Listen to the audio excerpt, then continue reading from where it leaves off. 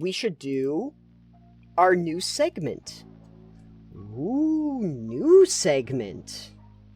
Not news segment. But... And not a nude segment. No, Nobody that's wants the only that. Delve fans. All right. So hi everybody. We have a brand new segment for the show. We do that once in a while because we come up with ideas and we think they'd be good to do things with. Absolutely. Alex, would you like to tell them about the new segment? Sure. This new segment of our program, as you will, is called Mechanically Speaking. Yes. And that is where we talk about mechanics from either tabletop or video games, either in more detail, or we would like to maybe dissect some of them, or whatever mechanically we want to talk about. Hence, Mechanically Speaking. Yeah, can break it down a little bit. And this is kind of a throwback to early Delve in a lot of ways, if people remember the very early proto-Delve episodes where we talked about game mechanics. This is that, but more of that. So, more of that. Even more. So, what did you want to talk about for our first Mechanically Speaking? So going back to our, what is it? Berry Reboot? Say Berry Reboot. I actually want to talk to you about Nier Automata. I like that subject. Yeah, I figured a lot of people like that subject, and there were things in there I think we had discussed before slightly that I wanted to talk to you about, which are mainly the implants and plugins. Okay, yeah, so what about the implants and plugins did you find most interesting?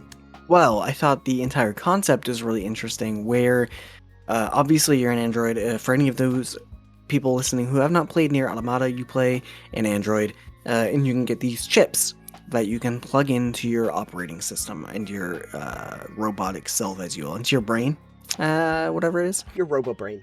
Yeah, your robo-brain. And you can take and plug in different chips and take out other chips, for instance, to do various things, give you different abilities or skills, increase your hit points, your dodge. Basically, you augment your character with those. One of the things you can end up doing, I think you had told me about and I tried, is taking out your OS chip. Yeah, you die instantly. Yeah, which you just die because you've got no operating system anymore. Right. So that's fun. But I really thought it was a really interesting way to do that for a game. You don't see that very often, where you can, by taking and adding something to your character, you can be like, all right, I want it to display damage. Right. And if you take that out, it's like you no longer get damage displayed. Or you can display the basically all elements of the HUD are plugins that you can take in. You can have them in there, or you can take them out if you don't want them, which would make it so you have more space on your character to do other things. But like, for instance, maybe you no longer have a map. Maybe you no longer have a heads-up display at all, where there's no health bar or anything for you. Maybe it doesn't display the button prompts for dodging and stuff. Yeah. So like you can take out pretty much all the slots you want and make it so you've just got a very bare bones experience. Oh yeah, the auto aiming, I think too. You have auto aiming features, but you don't necessarily. You can take them out. They're good for starting players or people that don't want to have like a hardcore experience. But you know, if you take it out, then you'll have a little bit more space if you're missing just a little bit of storage. So that you can put in your next chip. The most fascinating part about that I found was, just like you're saying, is that like all the elements that you have on your screen, which we take for granted in a lot of games for the UI, all of those displaying health above your enemies and everything, you know, damage and all of that, is just literally on lines inside of what you can have for storage. Right. And then as you get better, if you can make better chipsets, you can do more, but with less space used for each individual thing. And you can also there's 2 different upgrades you can do so that you can expand essentially the amount that you have. It's similar in a lot of ways to what they used to do with like backpacks or storage space, but it's for your actual abilities. Right. It's not for what you're holding on to, because I don't really think that they do much for the backpack spacing, if I remember correctly. Not You really. pretty much carry everything. But for your actual abilities, having certain amounts that you have to work with, and even once you expand it out to the ultimate degree, you still have to make some pretty tough choices occasionally about what you are going to prioritize. And I found that interesting. I thought it was both really nice UI design and really nice like game design. Oh yeah. With all that, because it's not part of your settings menu. Like a lot of games will be like, all right, well you can go into the settings and turn off UI elements if you don't want them. For instance, you can be like, all right, I don't want the HUD. You can turn that off in some games. This one makes it a part of your character. Yeah. I think that also works in terms of the story that they're telling and the world design. And the fact you are an android. Exactly. That's what I'm getting at, is that as an android, it makes sense that your heads-up display, your everything, is literally inside of your operating system. And you have to determine if it's viable or valuable to you. And I think in a lot of ways, one of the aesthetic things that has always plagued a lot of games when they want to try to be immersive is, what am I going to display on screen? Because it kind of, like in real life, if you're trying to be immersive, it doesn't make sense that any of these things are on screen. Right. Why is it telling me what my health bar is? I shouldn't know that. Sometimes they'll do it because you're behind a screen, so you've got like the visor display on, like in what do I want to say, like in Metroid or in Halo, they'll do that. And some they'll try to just have absolutely nothing on screen, like in Metro, but trying to do it in a way like they did it in Nier, where you literally, it's because you're taking in and taking out different aspects of it. I find that to be really interesting and lore friendly for the mechanics. A good way of looking at how mechanics can actually augment in a lot of ways the actual story and the world that you're building. Right. I know there was kind of like you could do the auto evade and auto dodge or that type of stuff. You know, it could make the game a lot easier. It could make the game a lot harder. You could play the game, build your character any way you want without having a skill tree, without having those the typical RPG elements we see where you've got a class and a build. For instance, this was you have plugins and you can play this game how you like. That was really cool. I think it would be really interesting to take the aspect that they did there with the plugins, with the chipsets, and to do something similar. It doesn't have to be the same in terms of chips, obviously, but for a tabletop role-playing game, where your character doesn't necessarily have a class, but you've got a set of chips or upgrades, and you can choose them. And I think the RPG system I had originally been working on was kind of like you could pick and choose whatever you wanted to for your skills. But in this case, have some sort of RPG system where you can take different points, maybe crafting like shards or jewelry or something that augment your abilities. And just like, all right, well, I want to put this stone in that gives me the ability to have like more HP, or this one gives me spells. Things like that could be really cool in a tabletop game. Yeah. Because then you can just have a varying degree of customization with each character. And if you made it so you can upgrade those through crafting or create them through crafting, you'd have a money sink, which is really good to have in games like D&D, where you are rich beyond belief. Yes. At late levels, or you could just like make it part of your character's goal to like be the best at a certain thing, and they could find all sorts of resources to help them get better at that. You know, okay, so here's something I'm thinking about, is what if you had, like, just, basically every player, when you start, has essentially, like, a blank slate, in that same way, but you have, and you don't necessarily have any inherent abilities, you got nothing to start with, but what you do have is essentially like a storage deck, or a carrying capacity number. Everybody has the same number, 10, whatever, to start. And so inside of that, you can now fill it up as you're going. If you encounter them, maybe there's a few starter ones that you get that aren't particularly good. Maybe they use up a lot of space in that.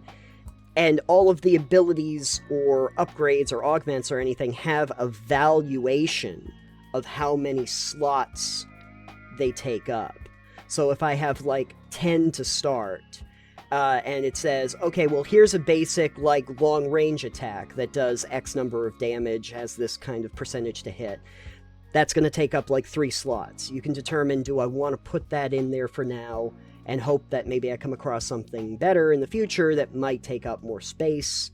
If I want to be good at perception or anything like that, maybe there are perceptive skills that will take up 1 or 2 of your slots, but will give you information about enemies, or will make it easier for you to find objects in the environment. I could see that working. It would also be a very modified system, so that you could swap things out, put things in, determine how you want to do that. Maybe there's a cost to that. Maybe you have to do like the Ripper doc in Cyberpunk, where you have to go to somebody specifically to put in or take out the augments, because you only have so many slots, and somebody more talented than you have to do that. But even if it's an OS kind of thing like they have with Nier, maybe just that. Your character is a completely blank slate, but then you have a storage capacity, and you just have to figure out how you want to utilize that at any time. I think it would be interesting if you were to run a D&D game with nothing but Warforged where you did that. That would be an interesting thing, yeah. But yeah, no, I think it'd just be neat, because then you can have characters like, all right, well, instead of taking an ability, maybe I'll just take a stat increase. Right. Maybe I'll take something that gives me proficiency with different types, like a heavier armor and a specific weapon. So you get plugins for that, and then you're just like, then I'm just gonna put everything into strength. Every plugin I can get is just gonna go straight into one stat to dump it.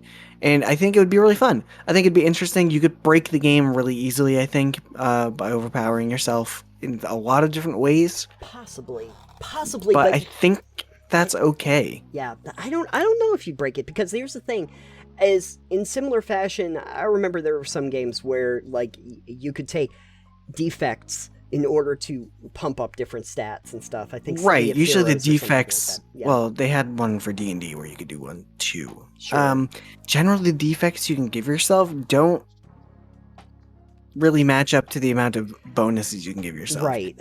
So you're like, I'm gonna do this, like, get rid of this one thing, so I have I'm crippled in one area that I'm never going to use. Right, exactly. But I think, like, if you're putting everything into, like, you have to assume, like, okay, I want to be Saitama. I want to do One Punch Man.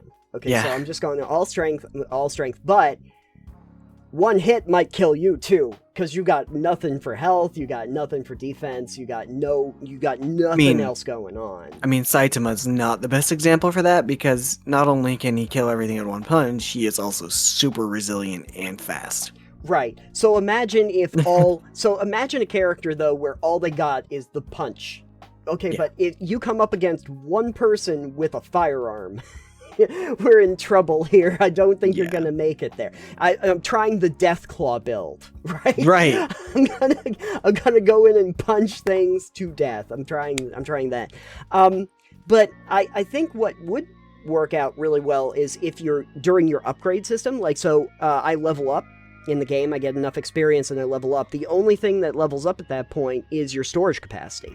So, like, level 1 you get 10, and maybe you get 2 at level 2. Oh yeah, you could do that. It'd be like how in 3.5, for instance, you gain skill points every level that you could just put into skills.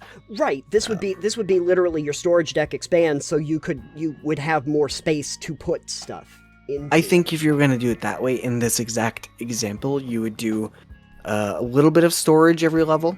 Mm-hmm. And you would also get upgrade points every level. You get your upgrade points. So you could spend upgrade points to maybe upgrade a slot or upgrade a skill or whatever. Upgrade a skill. You could. Oh well, you know what you could do. If you had points where you could actually modify your chips themselves. Yeah, that's what I meant. That's what you're talking about. Yeah. Yes. Because it still keeps it all basically in your grid. It either improves the existing ones and maybe gives you more space so that you can expand how much you can use. And then that might need to have a cost. Maybe you could do it like almost like a crafting mechanic, so that you get a couple chances to roll better stats for different chips. That would be possible too. Or you could get drops that are chips. Yep. Maybe you could salvage them. Yep. And then you'd have to have like a little booklet. I guess it would be like a side book that you'd have, which is basically the crafter's guide. Yeah, the chip crafter's I think if you're going to do guide. it that way, it would be monsters have a chance to drop chips. Yep. And maybe you could get monster abilities, for instance, but they'd have like a set chance to drop them. So if you wanted to go try and get it, you could, go grind monsters out, for instance, if you really wanted to. Not something you typically do in TTRPGs. Sure. But you could be like, yeah, we're going to go slaughter a den of goblins, and I got this cool ability from the goblins. Yeah, that would be interesting. The ability to like unlock things possibly as you get into higher levels. Well, you'd probably be just dealing with better monsters anyway that would have potentially better. But yeah, just randomized loot drops. Maybe you get the best version of it, or you get like the E or D version instead of the A. Whatever, however you're classifying it. I'm getting an expert 10 level instead of a 1 level stuff. Right. This does remind me of the old RPG system I had been working on, where it's you get these points, you can upgrade your character without the class, and it's probably a lot more simple than the system I had been designing, honestly. Yeah, I don't know if that's a bad thing, though. I kind of like the simplicity of what we're thinking about here, because it keeps everything like right in this one simple thing that just explains everything about your character that you can mod and change and move and that's where Nier was like, all right, this is really cool with design, and it's very simple, it's very modular, and it's very customizable, and just really refreshingly fun. And I don't know if there are any RPGs out there for the tabletop that have this kind of system in it. I know there are definitely plenty of classless systems. Oh, sure. But I don't know if any have that specific type of mechanic. And it would be cool to either make it myself eventually, because I had been working on something similar again, or figure out a way to make that work in a game and try it. I'm not familiar with any systems that use this, but even if you could kind of get down just a basic idea of the character modeling, like the character design process for that might be handy. That would be a good starting block if anyone wanted to run the ball with it. We kind of even again, as the Warforged concept, if you wanted to make it so it's similar enough to Nier to make it worth stealing that entire concept, you could be like, all right, well, you're playing androids. Oh yeah. For whatever reason, you could do that. You could have a cyberpunk-based RPG where this is how your character is built. Basically, if Nier just made a tabletop version of the game, this would be a great way to do that. We're gonna contact Square. Yeah, we'll get in touch. We'll get in touch with the team. They'd love this. The only problem, maybe maybe Dark Souls has a board game. Why not? A lot of video games have tabletop versions of them, so I'm not really surprised. There's a whole war game that they made out of Fallout. Do you not remember that? Yeah. Asmodee, I think, did it. But I wanted to forget about it. Just so that you can have a giant what was it? The power armor. Well, you can have the power armor, but you can also have the super mutant behemoth models just hanging around. Just get Swan. It's all good. Oh my god, yeah. Oh, I hope that there's a mod for Fallout 4 where I can just play Swan. Probably. I wouldn't doubt it. Yeah. If not, I'm sure that with the cheat room, I could just make myself that size. Just play a super mutant and then you just make yourself big. But anyway, so. Do you think that this is the kind of system... That's actually something I'm wondering about. Could you kind of implement a system like this into an existing tabletop system? I don't know how well it's going to work if you try to just use like a regular, like a D&D or anything like that, and try to implement a system where everything becomes commodified in that way. You could kind of, in a way, but it depends on if you're taking and changing the characters completely, or if you're just giving them items, for instance, that give them these abilities and traits and different things that do this. Sure. Because you could easily say make a character in D&D like that is a normal character, and then be like, all right, well, you've got, they have items that give you bonuses to abilities like strength or con, and they have items that can give you like wands and stuff that give you magic. Yeah. That you can use. So this would be like if you said, all right, well, you can wear 5 rings in D&D now instead of your 2 or whatever. Oh yeah. I think the slots are. I don't remember. I think you can only wear 2 magic rings in most. I don't remember. I think they assume 1 for each hand. There's a mod actually in Skyrim that's one of the most popular mods where you can wear 10 rings. Yeah, because I mean, Thanos did it. Why not? Well, yeah, exactly. You have 10 fingers, just put 10 rings on. Well, a necklace, belts, trinkets, earrings, nose rings, lip rings. Just pierce my entire face, please. I could wear so many rings on each hand too. Yeah.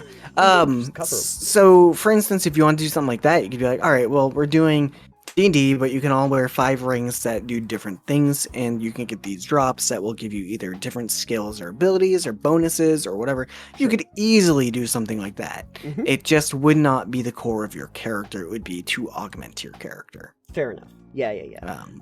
I could see that working. I think you could do something like that in most RPGs. Yeah, you certainly could. It definitely works well as a video game mechanic, but I think that it's simple enough that it could translate without being super complicated or headache-inducing. Which we've talked about it once or twice on the show, is that a lot of video game mechanics end up being kind of a chore to try and put into a tabletop setting, because so much of the numbers and everything work behind the scenes in a video game. Yeah, that's why you don't have the mastery mechanics in, say, the earlier Final Fantasies, where you get better at the skill by using it multiple times. Right. That's not really fun to implement in tabletop, because then you have to keep track of every single time you do use the thing. Right, exactly. And so we had talked to, I think, about the Fable mechanics of the the idea of having different kinds of strength and dexterity experience that you're getting in addition, and then you'd have to try and figure all of that out. Yeah, it's not fun. But with Nier, it actually seems almost simpler than a lot of the systems, because you can focus it all on this one specific aspect to determine your entire character development. Right. And that could be very fun. That could be very fun. If anyone out there is interested in trying something like that, let us know. Alex has so much spare time to create these systems, so... Yeah. You know what the mechanic is that we actually need is an ability to build RPGs and stuff while you're playing Farming Sim. Oh, there we go. Perfect. I'll just do it in Farming Sim. The trick there is me playing Farming Sim while I'm talking to someone in the call who's taking notes for me. Yes, this would work. This could work. Theoretically. If anyone wants to sign up as my note taker, let me know. Yeah, exactly. We need a transcriber. It's not paid. I'll give you stickers. We'll have stickers. I'll send you a t-shirt. Any of these things work. Let's go for it. Okay, great. Thank you for joining us on our first Mechanically Speaking. Mechanically Spoken. We have mechanically spoken. That's how we should end these. We have mechanically spoken. And I bang the table. As you smash the table and blow at your microphone. Blow out my microphone.